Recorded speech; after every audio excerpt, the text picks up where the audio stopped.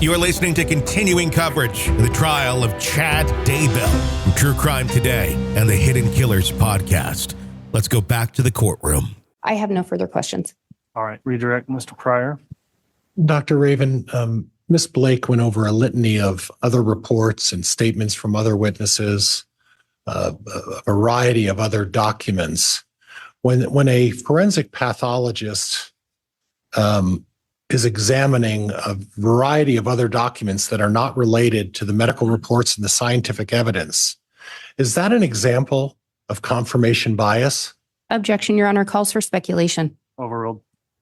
Is that an example of confirmation bias when you take into account all of these other reports, documents, statements of people who are not present at the murder?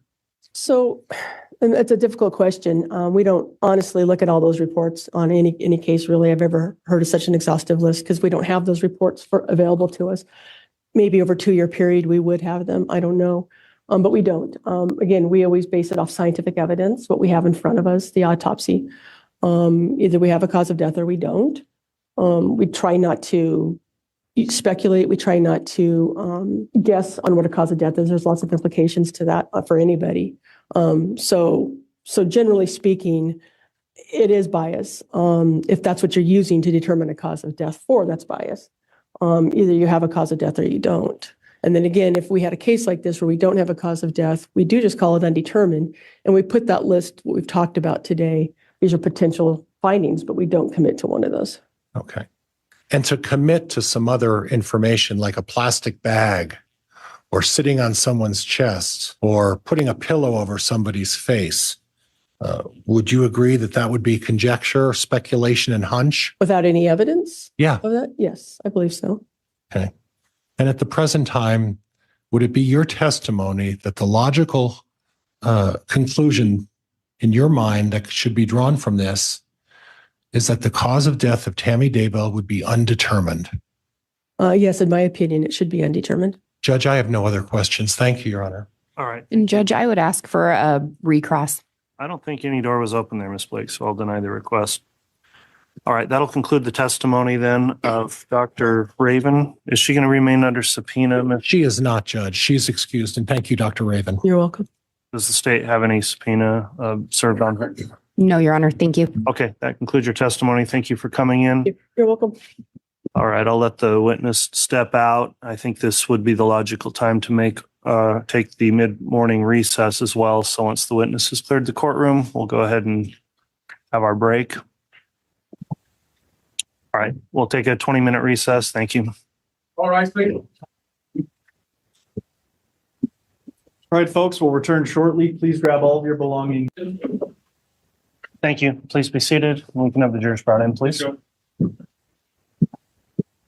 You may, Mr. Pryor. And who's the next witness you'll be calling, Mr. Pryor? Regan Price. Okay, thank you. All right, please.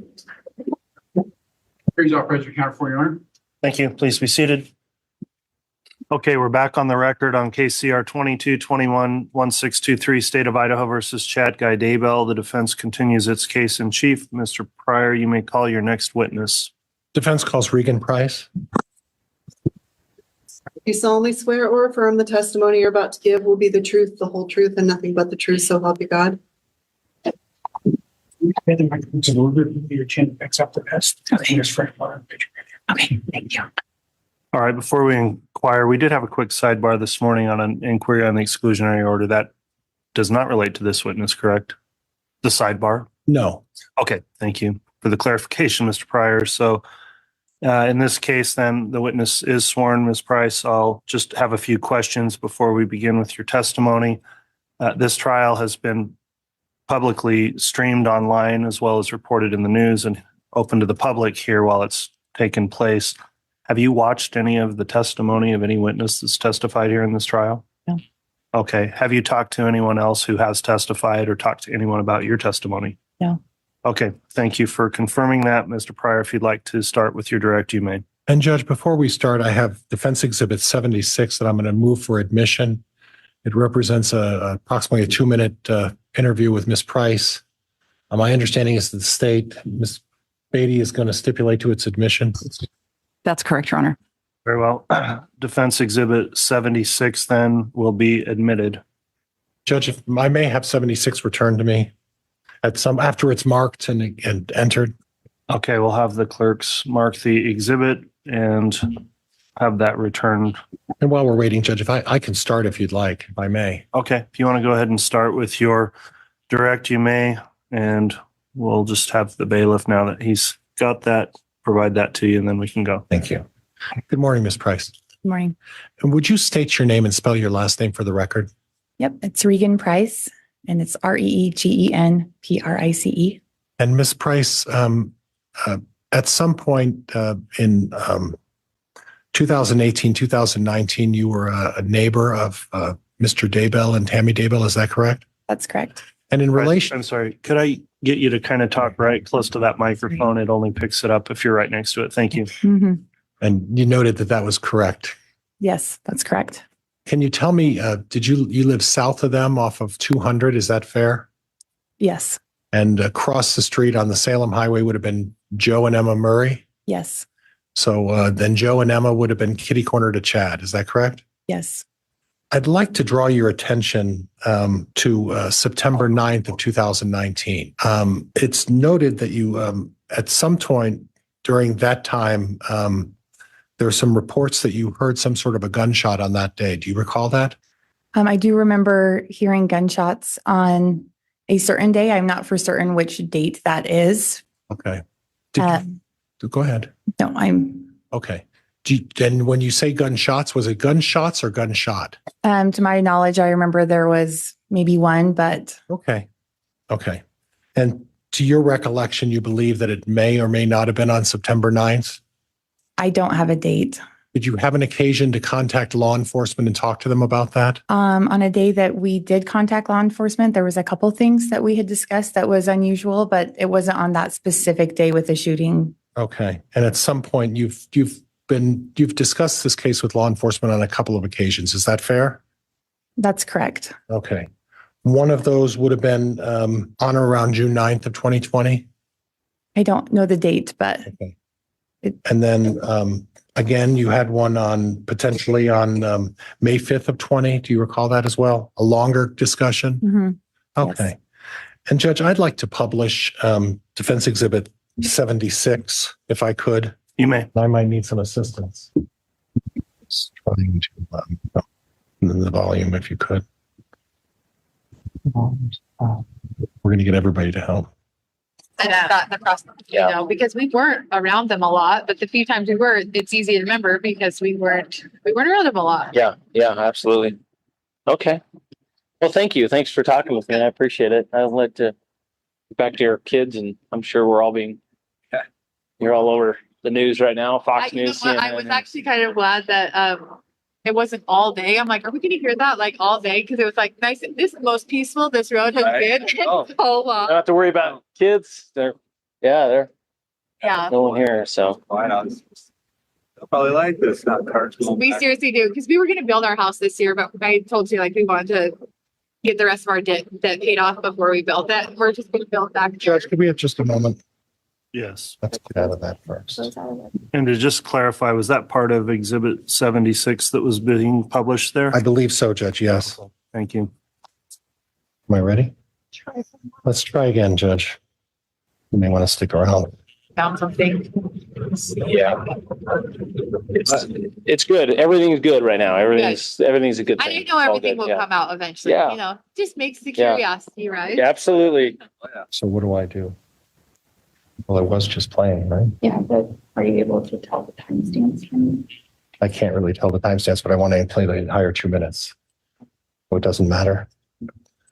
I think we're ready, Judge. All right. Give me just a moment here. Let me consult with. And you're, Want to have another person maybe take a look at that, Mr. Pryor, to see if any We're gonna additional ask, assistance probably. on that device. Where's that? You heard a gunshot then? Yeah, and they said it was a raccoon. And it was about that same time we had set the timeline to Ron because we checked our phone and it was like the Rob Wood, is that the prosecuting? Uh-huh. Okay. We had talked to them and we had looked it up on our phone records to try to put it together, Yeah. you know. But like our neighbors up here, like they will go shoot birds and stuff in the mornings. And so we'll hear that sometimes, but it was close. And like our bedroom window's right here. And we sleep with the window open most of the time because Did you see anybody out there? no, but we just heard it. So that's what we were thinking. We're like, it wasn't afternoon because he would have been at work. That it would have been morning. Morning. So, anyways, we'll just keep thinking. Yeah, no, and even details that you're like, that's probably nothing. We'd take them, right? Well, I mean, at that's this what point, we decided after we told him because we were like, we sat on it for a while and then we're like, well, maybe it will help, So yeah, just our timeline experience with them, yeah. because we weren't around them a lot, but the few times we were, it's easy to remember because we weren't around them a lot. Yeah, absolutely. Okay. Well, thank you. Thanks for talking with me. I appreciate it. I'll let get back to your kids, and I'm sure we're all being.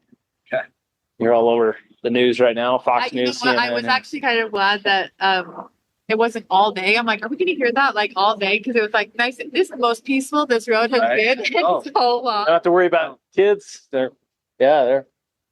no one here. So Probably like this, not cars. We seriously do because we were going to build our house this year, but I told you like we wanted to get the rest of our debt paid off before we built that. We're just going to build that here.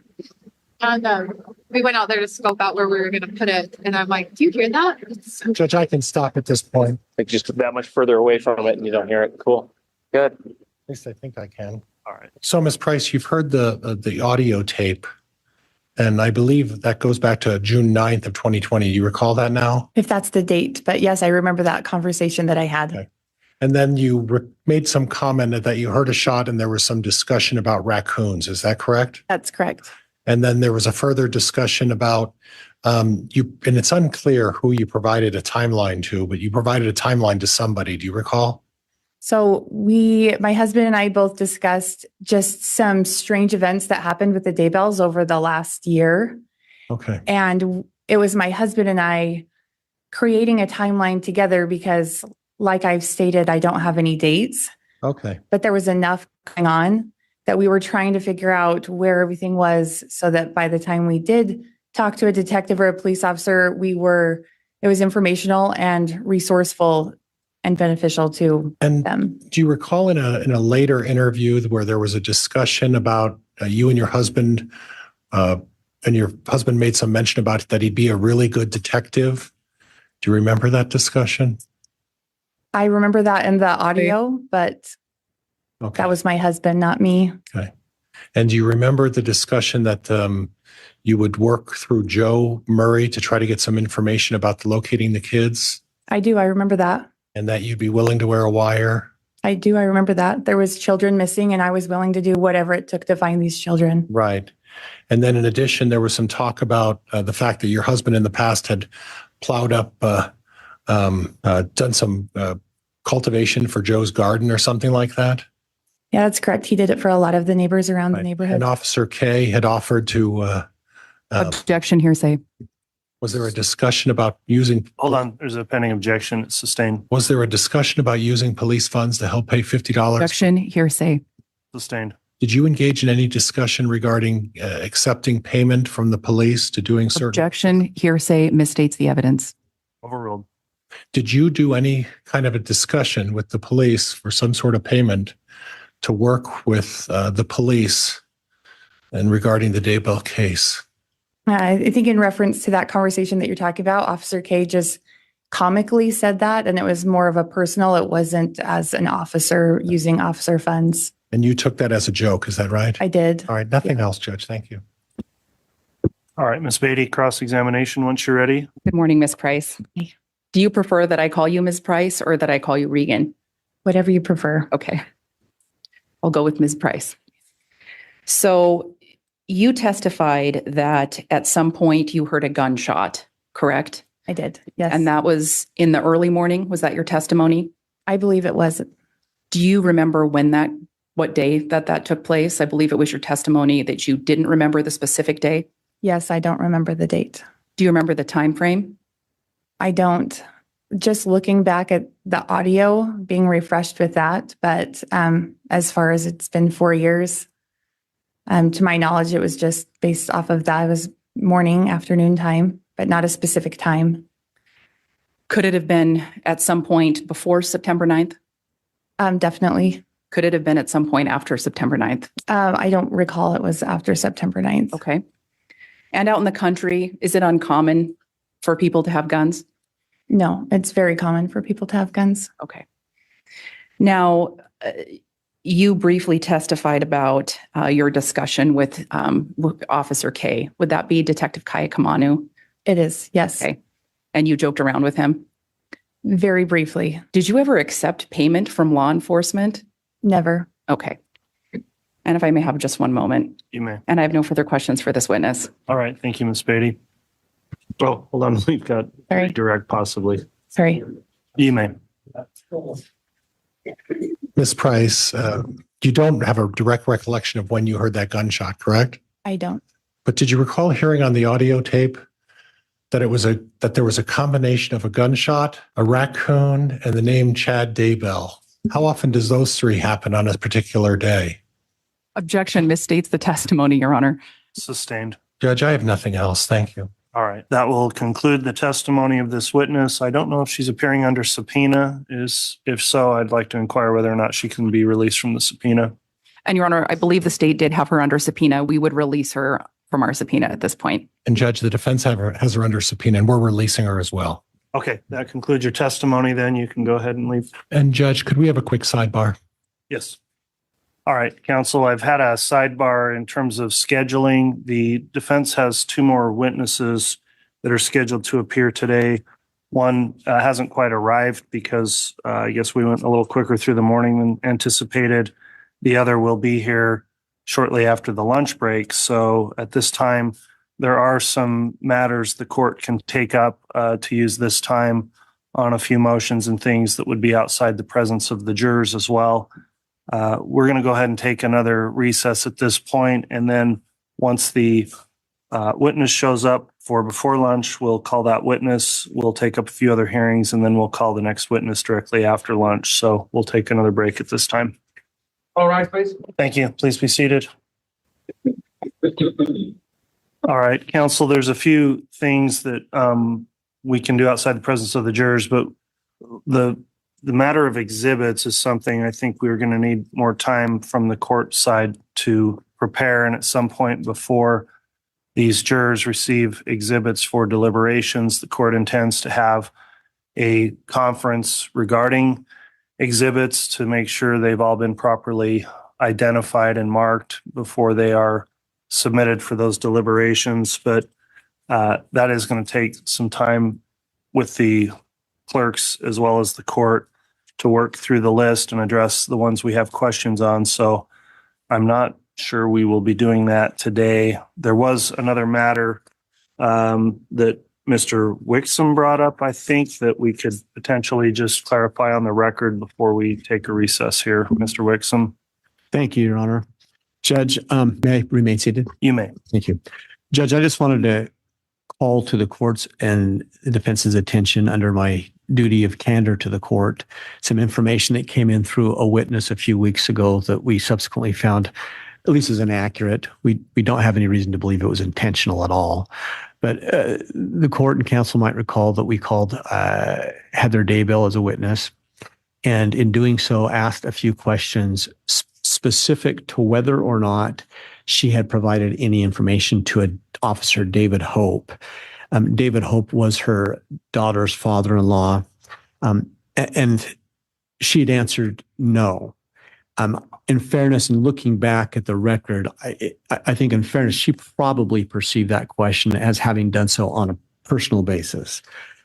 After her testimony a day or two later in preparation for a different witness, I had reviewed another police report. In this case, there are many, but had for the first time found her name referenced in an entirely different report with David Hope. It did not appear that she gave any information in that, but she was in an interview with that officer. We immediately, once we realized this, disclosed that to the defense so they could be aware of it. If they felt any need to call that to the jury's attention and the court's attention. I at least up until this point, I don't believe they've felt that need.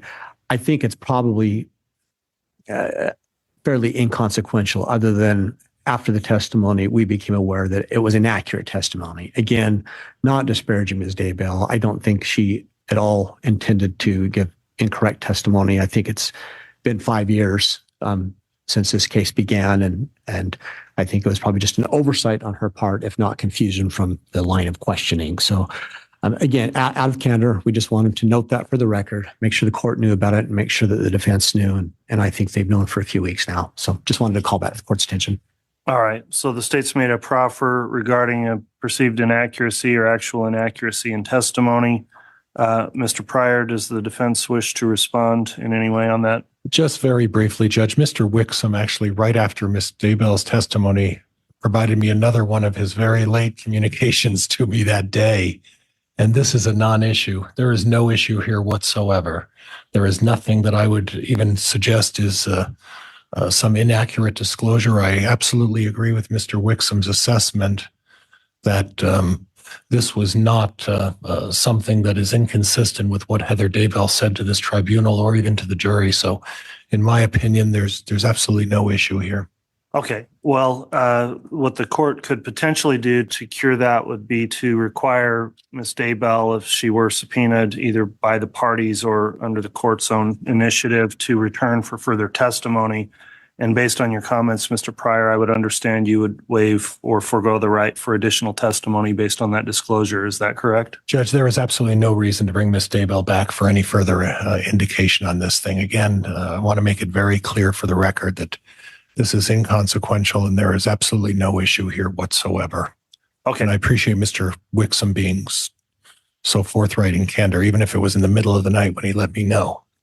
All right. So we'll go ahead and consider the matter resolved on the record then and notified duly to the defense on that issue.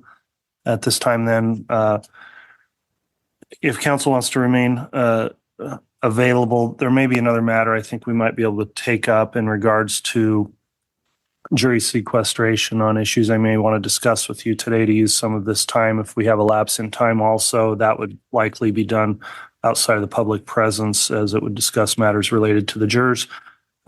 So we'll go ahead and remain on this break. Once your witnesses arrive, Mr. Pryor, let us know, and then we'll figure out how to best use our time today before your next witness arrives after lunch. Thank you, Your Honor. All right, we'll be in recess. All right. Thank you. Please be seated. All right, I believe we're ready to have the jurors brought back in, and then we can go on the record. All right, please. Please offer the counter for Your Honor. All right, thank you. Please be seated. All right, we'll take just a moment to make sure our tech's working here on the live stream, please. Okay, we are back on the record on case CR 22-21-1623, State of Idaho versus Chad Daybell. We've returned from the lunch recess we scheduled early today. Mr. Pryor, I believe you've got another witness here ready to call. Is that correct? You may. So the defense continues with its case in chief. And once you are ready, Mr. Pryor, you can name and call your next witness, please. Judge, the defense called Asmir Karerik. There's more to come in the trial of Chad Daybell. Press subscribe so you don't miss any of our continuing coverage right here from True Crime Today and the Hidden Killers podcast.